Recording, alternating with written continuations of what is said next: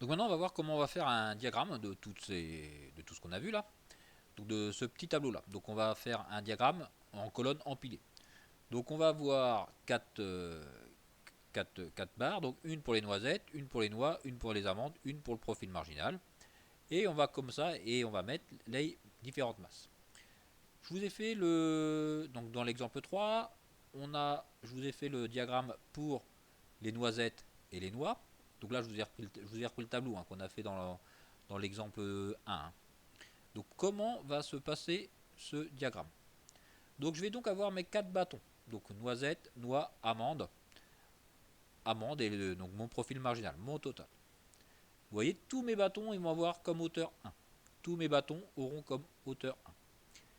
Pour la partie noisette ici, en bas là, comment je vais faire pour trouver la hauteur que je vais mettre?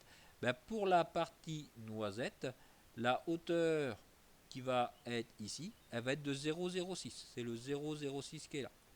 Donc ça va être là pour la partie noisette. Le 0,41 qui est là, le 0,41 ça va être cette grandeur là. Donc ça va être la zone bleue. Le 0,41 ça va être la zone bleue. Le 0,45 c'est cette zone là, c'est la zone verte. Et le 0,08 c'est la petite zone qui est là-haut. 0,08 qui va être là.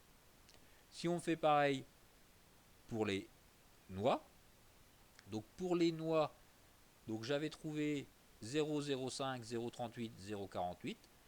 Donc 0,05, 0,05 qui va être là. Vous voyez, ça descend un petit peu. La zone bleue, elle va être de 0,38. La zone verte va être de 0,48. Et la zone grise va être de 0,09. Donc voilà pour les noix. Donc ce que je vous demande de faire maintenant, c'est de me faire pareil pour les amandes et pour le total. Donc vous me faites le bâton pour les amandes et vous me faites le bâton pour le total.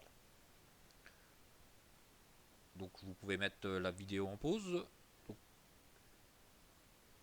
une fois que vous avez fini, donc vous devez tomber sur quelque chose qui va ressembler à ça. Donc on a bien nos 4 bâtons, noisette, noix, amande, total. Donc si je reprends mon petit tableau du début, donc si je reprends ce tableau là,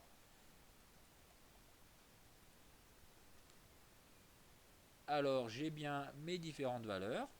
Donc le 0,06 qui est là, le 0,41 c'est celui-là, le 0,45 c'est celui-là, le 0,08 qui est là.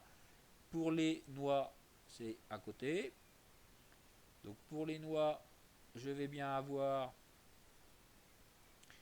le 0,05 qui est là, le 0,038 c'est cette grandeur là, le 0,48, le 0,09 au-dessus. Et pour les amandes, donc là vous allez me faire un diagramme, une hauteur de 0,08.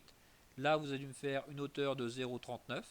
Là vous allez me faire une hauteur de 0,45 et 0,08. Et là vous allez me faire une hauteur de 0,06, donc ça doit être exactement la même hauteur que le premier. Après une hauteur de 0,39, une hauteur de 0,46 et une hauteur de 1. Alors par rapport à l'indépendance, comment va-t-on voir l'indépendance quand on va avoir un diagramme comme ça?